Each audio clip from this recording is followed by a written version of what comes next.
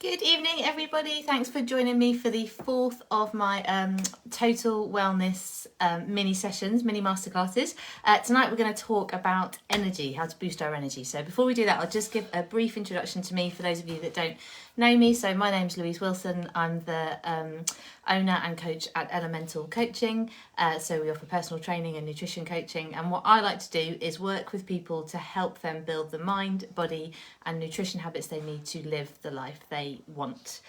So I've been doing these sessions roughly weekly, just covering a little different aspect of mind, body or nutrition wellness. And tonight, as I say, it's all about energy. Okay. Oh, and I'm also a very proud independent consultant with Arbonne, which means that I have an online store offering a range of nutrition and other healthy living products. They're all absolutely fantastic, super high quality, super clean ingredient, sustainably produced. So those are the nutrition products that I recommend to my clients. And there's other healthy living products such as skincare and body care there as well. So more on that later. So tonight we're going to talk about energy. So life is busy for all of us, you know, whether we're working or not, parents or not, we've all got stuff going on. And I think we often feel like we need to be just superhuman to keep up with what's expected in terms of the pace of life that's expected in the world at the moment.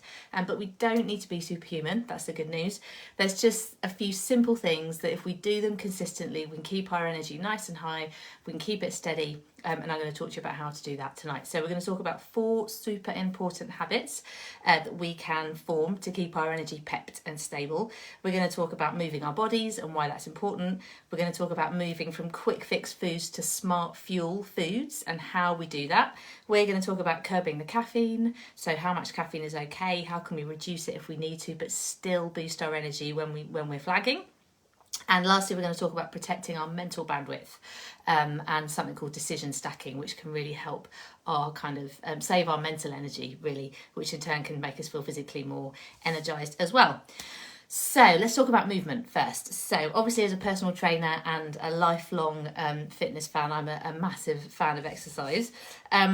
But it's really good for all of us for energy. So it actually gives us energy. And I know this might be hard to believe when sometimes you are really tired. It's the end of a busy day, or perhaps it's in the morning and getting up early is difficult. And the thought of hitting the gym or doing the workout at home is just the last thing you want to do if you're feeling tired.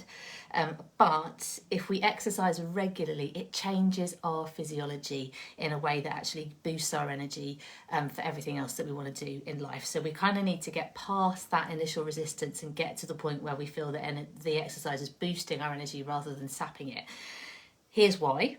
So I'm going to go a little bit geeky on the science, not for long, just to explain a little bit about how it works. So it's all about something called mitochondria or mitochondria. I'm never sure how you say it. You might remember these from GCSE biology at school. For some reason I did. I don't know why. It's stuck in my head, but there you go. So in any cell, in any sort of basic cell structure, you've got the nuclei in the middle, which is that bit in the middle, and then around it, floating around, you have these things called mitochondria. You might remember seeing them on a diagram. They're in every living cell, and they are basically the energy rooms of the cell. So they produce about 90% of the chemical energy that cells need to survive. So we have loads and loads and loads of them through our body, and it gives us all the energy for all of the functions that our body needs to perform. The amount of energy that we feel we have is heavily determined by the number of mitochondria that our body produces. And the more active we are, so the more physically active we are, the more we produce those mitochondria. So really powerful stuff, and a virtuous cycle can ensue. Like the more aerobic exercise we do, so all we mean by aerobic exercise is just exercise that gets our heart and lungs working harder, gets us a bit out of breath, a little bit of a sweat. It doesn't have to be really intense, but aerobic exercises, we can feel that we're working basically. The more mitochondria the body makes the more energy we produce, basically. So the more energy we use to do exercise, the more our body then realises, oh, right, I'm doing more exercise, so I need more energy, so I'm going to make more mitochondria. Then that mitochondria gives us more energy for everything else that we need to do in our life on a day-to-day basis. So it's a really, really great virtuous circle, as I say. Now, we might need to get past that initial resistance, as I said. So if we're getting back into a routine of exercise or developing a routine of regular exercise for the first time, we might feel a bit shattered for a week or two. And that's because physiologically there's a bit of a lag, until our body catches up and catches on to the fact that this exercise business is going to be a regular thing. I'm going to need more energy for it, so I need to produce more mitochondria. It doesn't happen straight away, but after a week or two, our physiology starts to catch up and we move past that feeling of, as I say, exercise being something that kind of drains our energy to something that boosts it. So we've just got to get past that initial resistance. So stick with it. Movement and exercise also is great for our energy because it helps keep us clear-headed. It helps give us mental bandwidth. So movement and exercise supports brain health and function in loads of ways. But just one of those ways is by helping new neurons grow and thrive. So this is something called neurogenesis. So every day our brain produces thousands of new neurons. And movement, so whether that's learning a new physical skill or just kind of exercise, moderate to vigorous exercise that gets our circulation going, this gives those new neurons, those new cells, a purpose, and so they stick around rather than dying off. All those neurons that we're producing every day, if we're not, if our system feels like we don't need them, then a lot of them will just die off. Whereas if, as I say, we're exercising, we're moving physically, we're getting our body to perhaps learn new skills or do new things or learn a new movement or improve a movement or just, as I say, circulate our blood more, get the heart and blood pumping, that is going to give those cells a purpose and they're going to stick around. We're going to feel, our brain function is going to feel better, we're going to be more mentally alert. So lots of studies to support this. So just a couple of examples. In 2014, a study found that just one session of high intensity exercise improved attention levels and short-term memory tasks in almost everyone that took part immediately. A 2016 study of older adults showed that a program of 24 weeks of moderate aerobic exercise improved cognitive function and concentration in the majority of cases. So, and there's loads and loads and loads more examples. So regular exercise gives us physiological and mental energy. So if that wasn't a reason to try and get on it, then I don't know what would be. All right, so bottom line, try and build that habit, stick to it as much as possible, even when we're a bit shattered, keep some movement, keep some exercise going, and our energy is going to remain high. All right, so number 2, food. What do we eat, and how, what and how we eat affect our energy balance. So it's all about whole foods. So you might have heard this phrase and you may or may not know what it means, but essentially a whole food is just food that has been processed or refined as little as possible. So it's free from additives or mostly free from additives or other artificial substances. It's as close as possible to its natural state. Now, obviously there's kind of a spectrum, there's sort of very, very processed food at one end of the spectrum, completely whole food like an apple that hasn't been touched, not been processed at all at the other end of the spectrum, and there's everything in between. But we're talking, for example, about the difference between, say, porridge oats, so oats that are just there, dried oats that you would use to make porridge, is an example of something which is more of a whole food, so less processed than like an oat-based cereal that's been heavily processed and had perhaps sugar and freeze-dried fruit added to it. So that's just an example of the difference. So the more our diet is made up mainly of whole foods, the more energized we're going to feel and the more stable our energy levels are going to remain day to day. So why is that? So let's think for a moment about quick energy fix foods. So the things that we're often drawn to grabbing when we're feeling tired or we're rushing around and we're feeling stressed and our energy, we feel like we're getting drained. We're drawn to those quick fix energy foods, sweet treats like chocolate bars or pastries or cakes from the shop bought cakes, crisps, that kind of thing. Even some of those seemingly healthier options like some of the cereal bars that you might see on the supermarket shelf, some of those are actually really quite high in sugar. So those tend to be the things that we're drawn to when, as I say, when our energy is really dipping. But those highly processed foods are designed to be hyper palatable. That simply means that they give us kind of an factor. We really want to eat more of them, so they're crunchy, they're sweet, or they're salty. The texture and the taste is what we call hyper palatable, makes us want to go back for more. They're hyper rewarding, i.e. they stimulate a kind of hit of dopamine in the brain, which is what makes us want to go back and eat them again next time. We're sort of drawn back. Lost my notes then, Lily. We're drawn back to them. So we want to avoid this vicious cycle when it comes to energy. So the vicious cycle is that idea of being, okay, so we're overly hungry, we're overly tired, we reach for a quick energy fix like a chocolate bar. This, over the course of, obviously if this happens once or twice or every so often, it's absolutely fine. It's not about saying that those foods are awful and we should never eat them. We're just talking about what we do habitually. And if reaching for that chocolate bar becomes a habit when when our energy is low, then that hit that we feel from that hyper palatable high sugar chocolate bar is going to make something called our hedonic pleasure system start bullying our natural energy balancing system. So we've got what's called the hedonic pleasure system in the brain, which is that kind of that was really nice, I really want another one of those, I'm going to go for that again, versus our kind of healthy balanced, what we call our homeostatic energy balancing system, which is the system where our brain says, this is a good source of energy. If my energy feels stable, it's not giving me a craving, it's not responding to a craving, it's not giving me a kind of a hit of any kind. It's just, it's just fueling my body in a way that I need to be fueled.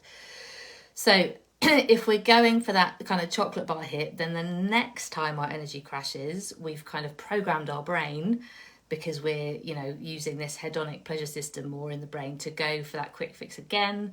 And so the vicious cycle goes on and on and on. So what should we instead to keep our energy high but stable? So we're avoiding that kind of like, I'm really hungry, right, quick, I need some sugar. Okay, I've had the sugar, but then I'm crashing back down again. I'm hungry again, right, I'm going to go for something else sweet. How do we get out of that? What do we eat instead to keep our energy high and stable? So whole foods, as we've talked about, the opposite of processed foods, foods that are closer to their natural state, they, in general, are foods that release their energy more slowly, which is great. That's what we want. We want the energy to come, to come from our food steadily, rather than giving us kind of an initial peak and then that drop off. So we're talking in particular about something called slow release carbohydrates. So I just a word on carbohydrates, because they get a bad rap. And carbohydrates are definitely not bad. There's a lot of stuff on social media and so on about low carb diets or carb cutting or carb free or ketotic diets and that kind of thing. That may work for some people, but as a nutrition coach, I spend a lot of time explaining and to people that carbs are not a bad thing. They're the body and the brain's preferred source of energy. They're what, we're designed to access energy from them efficiently and use it efficiently. But not all carbs are created equal, and this is where the energy fix thing comes in. So simple carbohydrates are carbohydrates which will break down more quickly in our body. So we extract the energy from them fast, we use it up, and then we experience an energy slump quicker. Complex carbohydrates break down more slowly, they release their energy more slowly, they give us a longer lasting, more sustainable energy, and generally they tend to provide other important nutrients as well, because they're generally less processed and they're more kind of in their whole food state. So examples would be, so a simple carbohydrate example would be things like anything with highly refined or white sugar in it, so jam, sweets, milk chocolate, cakes, sugary cereal or sugary cereal bars, that kind of thing.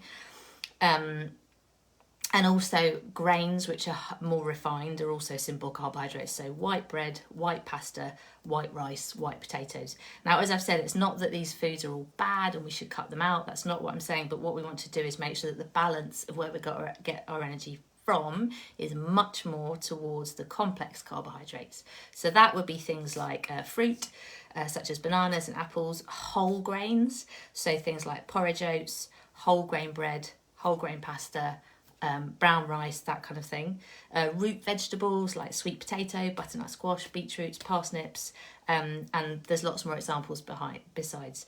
So the bottom line is, if we can steer away from these quick energy fixes, steer away from the higher sugar foods and try and get into the habit of steering ourselves more towards more complex carbohydrates, so snacking on things like choosing whole grain toast over white toast, for example, going for porridge oats instead of a sugary cereal, for example, that kind of thing. The more we go towards those complex carbohydrates, the more that becomes our natural preference, because our body and our brain, remember that we talked about that hedonic energy system, or hedonic pleasure system, our brain stops seeking that quick hit of sugary food, that quick hit of energy. You know, the less we do it, the less we are programmed to do it. The more we go for, you know, complex carbohydrates, more whole foods, more energy that sustains more, the more we are drawn to do that, because our physiology and our brain, you know, becomes more programmed to head in that direction.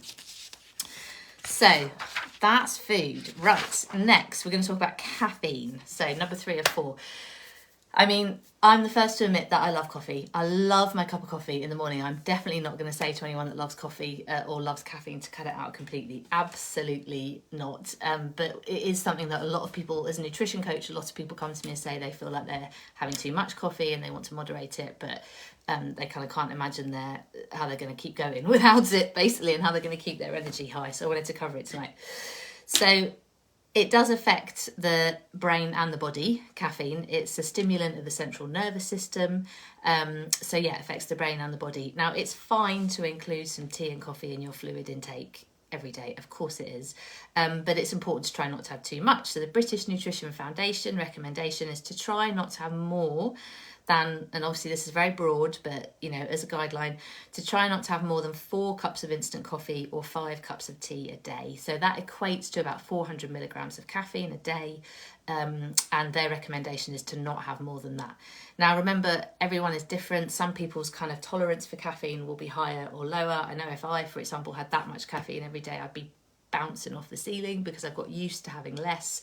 So it is a very personal thing, but in terms of sort of a safe guideline for health, that's their recommendation for most people.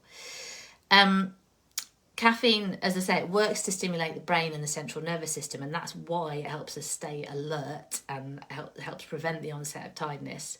And it exerts its effect quite quickly, which is another reason why we're drawn to it, because it tends to work pretty much straight away. So a cup of coffee takes as little as 20 minutes to reach the bloodstream. And I think psychologically we often feel that it works a lot faster than that, because there's kind of a ritual, isn't there, associated with your cup of tea or your cup of coffee when you're feeling like you need that energy hit. So caffeine consumption is generally considered safe, obviously, but it is habit forming, and some of the side effects or some of the things that might indicate to you that you're perhaps having too much on a daily basis would be things like a bit of anxiety, some restlessness. You might feel a bit headachy. You might feel like even when you're drinking water, you're still feeling a bit dehydrated and a bit thirsty, and that's because caffeine has a diuretic effect, so it makes us pee and dehydrates the body. You might feel like a little bit of heart racing. All of these are symptoms that perhaps there's too much caffeine in your diet. Some of those things obviously could be symptoms of something else. So if you've got any concerns, for example, about heart palpitations or headaches or anything of that kind of nature, definitely go and see your doctor and get them to check you out. But there could be a sign that you're having too much caffeine. So if you do want to reduce caffeine, there are alternatives. There's a particular alternative that I want to talk to you about today because I'm a huge fan and it's really transformed my relationship with coffee. So I have used and loved something called Energy Fizz, which I've got here to tell you about. I've used and loved it for nearly 2 years. I got to the point where, actually it was during the first lockdown, and I've talked to other people who experienced the same thing, where, you know, spending more time working from home, doing homeschooling with the kids, we were locked down, we couldn't go out, and I found that we were spending a lot of time baking, doing homeschooling in the kitchen, and I suddenly found myself drinking quite a lot of coffee, like not masses and masses, not gallons, but probably about 4 strong cups of coffee a day, which started to feel like too much. I realised I was having some of those symptoms. I was a bit headachy. If I hadn't had a cup of coffee for a few hours, I'd start to feel a bit lethargic. I felt thirsty, even though I was drinking water. It's like I couldn't drink enough water to get rid of the thirst, and I kind of thought, hang on a minute, this needs to change. So one of the things that really helped, well, initially I reduced gradually, and of course if you are going to take your coffee or your caffeine intake down, then yeah, just kind of steadily reducing it over the course of a week or 2 is one way to do that. But I also introduced Energy Fizz. So what is it? What is this magic stuff? So I'll show you, take one out of the packet. So this is something that I offer on my online store as an Arbonne consultant. It comes in a pack like that, so there's 30 in a box. It comes in lots of different flavours, so pomegranate, strawberry, pineapple, blood orange, tart cherry, pink grapefruit. We've got a limited edition watermelon at the moment, all absolutely delicious. I think blood orange is probably my favourite, but ask me tomorrow and it'll probably change because I find it really hard to choose. So what you do is you mix it with cold water. So obviously it's personal preference, but I would mix 1 stick with about 400 mils of cold water. And it just gives you like a gentle, refreshing pick-me-up. So it's soluble, so it dissolves, but it's not, although it's called fizz, it's not actually fizzy. So it effervesces to dissolve, and then it's a still drink once it's dissolved. I'm not actually a fan of like fizzy, gassy drinks, so that wouldn't suit me at all if it was. So yeah, so it's nice and still once it's dissolved. And it does have about 55 milligrams of naturally occurring caffeine in it. And that caffeine comes from green tea extract and guarana, which are a couple of the ingredients. So 55 milligrams, to give you an idea, compares to like a strong cup of freshly brewed coffee, so coffee that would be made from coffee beans as opposed to instant coffee, might have about 80 milligrams of caffeine in it. So it's less than a strong cup of coffee, but just enough to give you that little gentle lift. But it's not just the caffeine in these that helps with energy. It's got all kinds of other amazing ingredients in it that really help our body's energy releasing metabolism and help relieve fatigue. So it's got things like ginseng root, coenzyme Q10, B vitamins, which are really important for our body's ability to regulate our energy levels, and also chromium, which helps balance blood sugar, which is brilliant. So that also helps, contributes to helping us avoid that kind of sugar rush, sugar crash, that kind of fluctuation that can come from our blood sugar going up and down through the course of the day. So yeah, I have one of these. You can have it any time of day. You can have up to 2 a day. I just choose to have one. Or the recommendation is up to 2 a day. I'm sure more would be probably fine, but that's the recommendation. I choose to just have one, and I have mine like early afternoon. So I have a nice cup, really enjoy my cup of coffee in the morning, eat healthy food, stay hydrated, and then I'll have one of these either just before or just after lunch, and I find that sees me through for the rest of the day. And I've never looked back. I've never gone back to drinking more than 1 cup of coffee a day, and it's really, really working for me, and it's working for a lot of my clients as well. So if you're interested in trying Energy Fizz, I've got a super duper special offer to anyone that's watching tonight. So I'm going to offer an additional discount on the boxes of 30, and so they're going to be at the special price of £39.20 for anyone that's watching tonight, obviously, or anyone that watches the recording, I should say, as well. Obviously, if you've got any more questions about the ingredients or the flavours, or you'd like to know more about them before you give them a try, just give me a shout. Happy to tell you more. Okay, so the last thing before we wrap up, so we've talked about Energy Fizz, we've talked about food, we've talked about exercise. The last thing I want to talk about is protecting our mental bandwidth, because mental energy and physical energy, they're both important and they're really tied, aren't they? I think, when we're feeling like overwhelmed and stressed out, actually we can start to feel physically really exhausted as well. So protecting our mental bandwidth is so important. There's lots and lots and lots of tips I could share on this, and perhaps we'll do a separate session about kind of managing stress and mindfulness and kind of managing like day-to-day kind of mental health stuff. But I just want to offer one top tip tonight, which is decision stacking. I'm going to keep it short and sweet. So think about all the decisions we make every day and every week. So many, we're making decisions all the time about what we're going to eat in any one instance, or what meals we're going to have that day or that week, if and when we're going to exercise, how we're going to fit that in. If you've got children, you're thinking about childcare, pickups, drop-offs. We're at work making decisions all the time, or we're at home with lots of stuff to get done to manage the household and the family and thinking about decisions. It's exhausting. Decision making is one of the most brain draining things that we as human beings have to do. It's unavoidable, obviously, and we might not be able to reduce the number of decisions that we need to make over the course of the week, but we can stack them, and this can really reduce stress and protect our mental bandwidth. So what do I mean by decision stacking? Basically, that is taking a set of related decisions and making them all in one go. So rather than making, 7 decisions about the same thing over the course of a week, you set aside a time where you sit down and make all those 7 decisions all at once, and then it's done. And this has can have a really amazing effect on our kind of capacity and our feeling of being in control, and as I say, like our mental bandwidth and our mental energy. So what might some examples of that be? For example, it might be about meal planning. So we could set aside a time to do all the meal planning for a week. rather than sort of thinking every day or every couple of days what we're going to have for tea tonight, what we're going to have for tea tomorrow, what we're going to have on Friday, just getting it all done in one go. Lots of people do this, and it really, really helps. So that's just one simple example, which some of you might be doing already. Deciding the days and times that we're going to go to the gym or get that home workout done or get that walk done.